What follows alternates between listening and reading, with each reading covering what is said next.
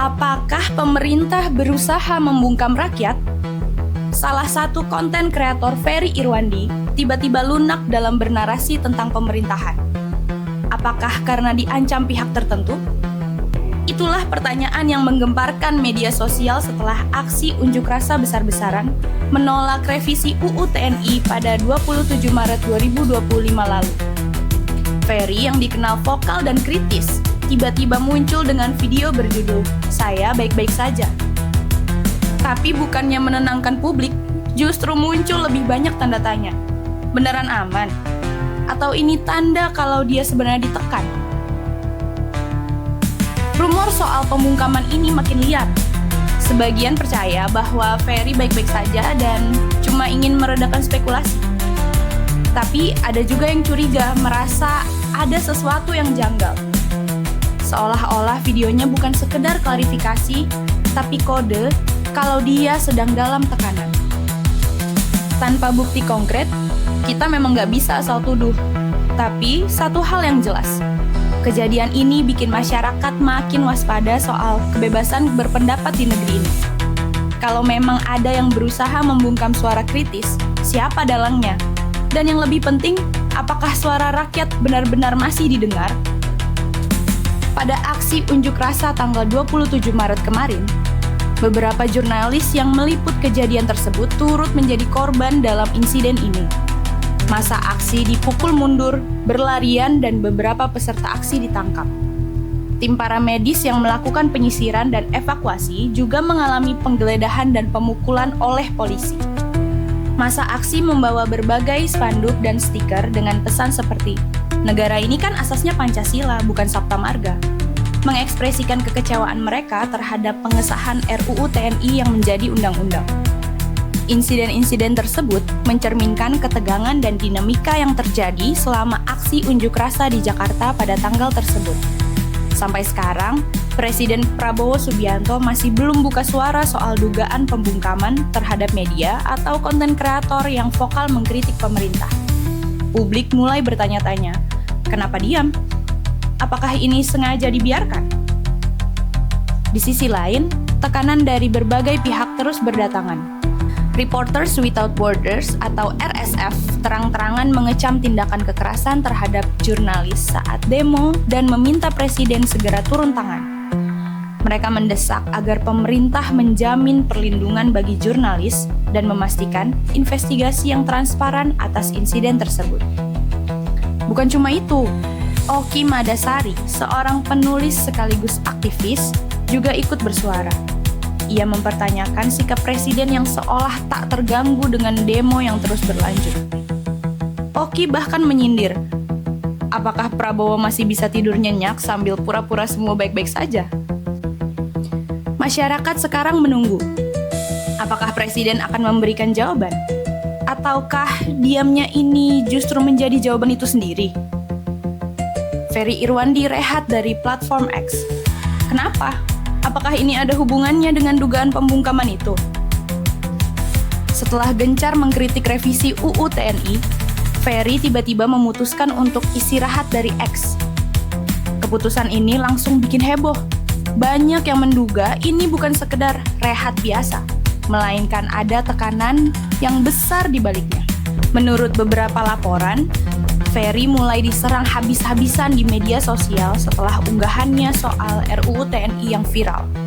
Nggak cuma itu, dia juga mengalami pembunuhan karakter dengan berbagai tuduhan dan narasi miring yang menyerangnya. Bahkan, ada informasi yang menyebutkan bahwa tekanan ini semakin intens, sampai akhirnya Ferry memutuskan mundur sementara dari X. Tapi pertanyaannya, apakah ini murni keinginan Ferry? Atau ada pihak yang ingin dia diam? Tanpa pernyataan langsung dari Ferry, semuanya masih teka-teki. Tapi yang jelas, keputusan ini semakin memperkuat dugaan bahwa ada yang gak nyaman dengan suaranya. Aktivis didiskriminasi gara-gara kritik revisi UU TNI? Serius? Jadi gini, menurut YLBHI atau Yayasan Lembaga Bantuan Hukum Indonesia, ada beberapa aktivis yang sekarang harus berurusan dengan polisi setelah menyuarakan kritik mereka terhadap revisi UU TNI. Di antaranya ada Andri Yunus dan Javier dari Kontras, yang kini menghadapi laporan hanya karena bersuara. Lalu ada 3 aktivis dari Koalisi Masyarakat Sipil untuk sektor keamanan, yang dilaporkan setelah mencoba masuk ke ruang rapat Panja DPR dan Kementerian Pertahanan di Hotel Fairmont, Jakarta pada 15 Maret 2025. Kok bisa? YLBHI sendiri menilai bahwa laporan ini nggak masuk akal dan cuma jadi alat buat membungkam suara kritis. Bukannya diskusi terbuka dan transparan, malah aktivis yang bersuara mengawal revisi undang-undang ini justru dipidanakan. Jadi pertanyaannya sekarang, apakah ini kebetulan? Atau memang ada pihak yang mau memastikan kritik terhadap revisi UU TNI mati begitu saja? Setelah insiden penerobosan rapat pembahasan revisi Undang-Undang Tentara Nasional Indonesia atau RUU TNI oleh aktivis di Hotel Fairmont, Jakarta, Kantor Komisi Orang Hilang dan Korban Tindak Kekerasan atau Kontras mengalami dugaan teror dari pihak tak dikenal.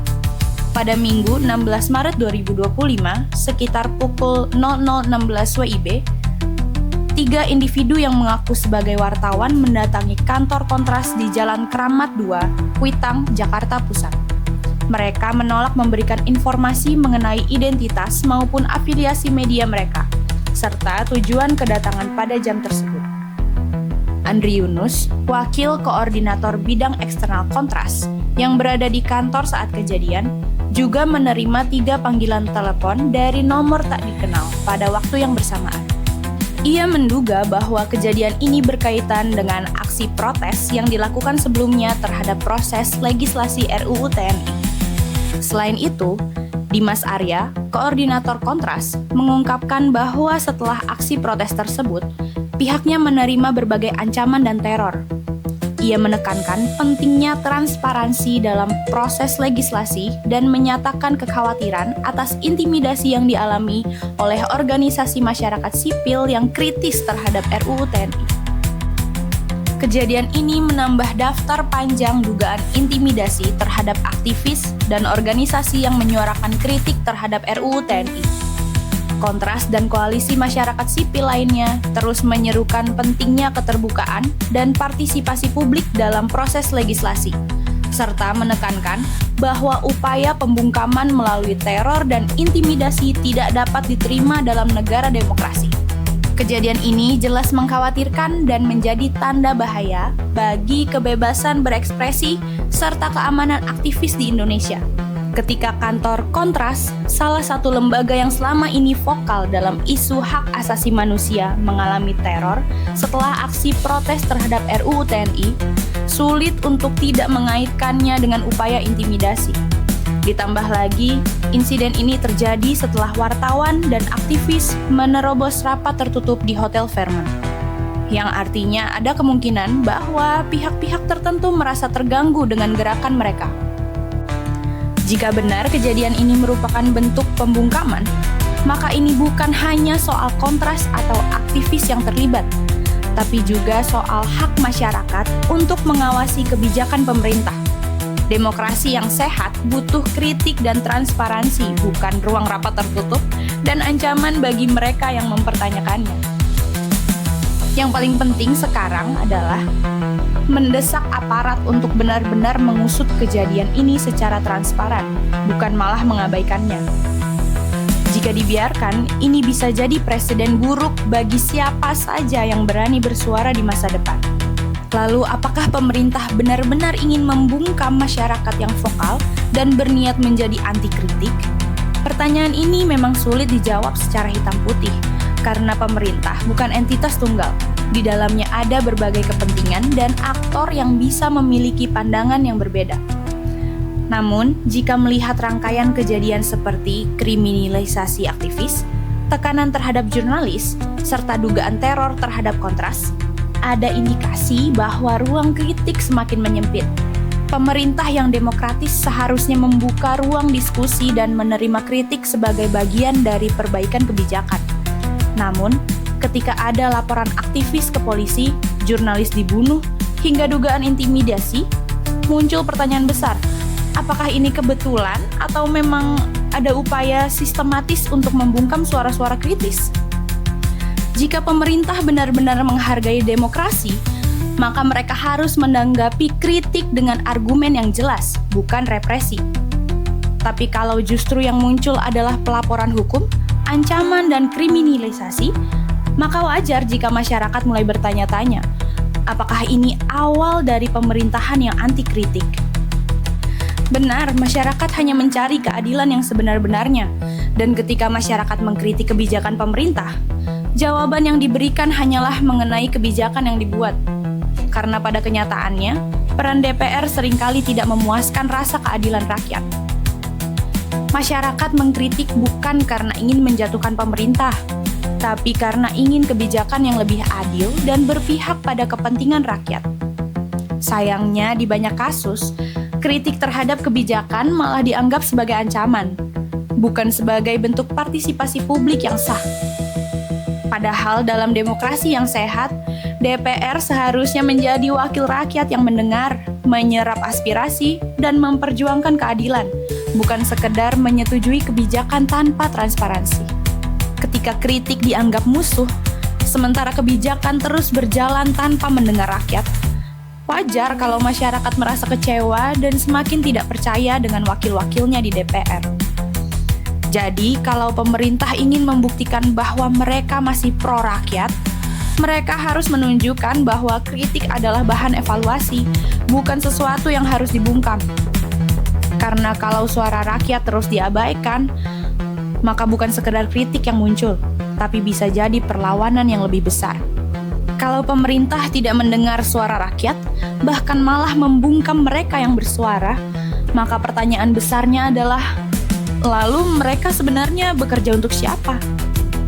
Seharusnya, dalam sistem demokrasi, pemerintah adalah wakil rakyat, bekerja untuk kepentingan rakyat, mendengarkan aspirasi mereka, dan memastikan keadilan ditegakkan. Tapi jika yang terjadi adalah sebaliknya, di mana kebijakan dibuat tanpa transparansi, kritik dianggap ancaman, dan aktivis serta jurnalis mendapat intimidasi, ya maka wajar jika muncul dugaan bahwa mereka lebih berpihak pada kepentingan segelintir elit dibanding rakyat banyak. Lalu muncul pertanyaan, apakah mereka bekerja untuk oligarki, untuk kepentingan ekonomi dan politik tertentu, atau sekedar mempertahankan kekuasaan dengan segala cara? Satu hal yang pasti, pemerintah yang benar-benar bekerja untuk rakyat tidak akan takut pada kritik. Justru, mereka akan menggunakannya sebagai bahan evaluasi untuk membuat kebijakan yang lebih baik. Jika kritik malah dibungkam, maka mungkin mereka lebih peduli pada menjaga kepentingan sendiri daripada memperjuangkan kesejahteraan rakyat.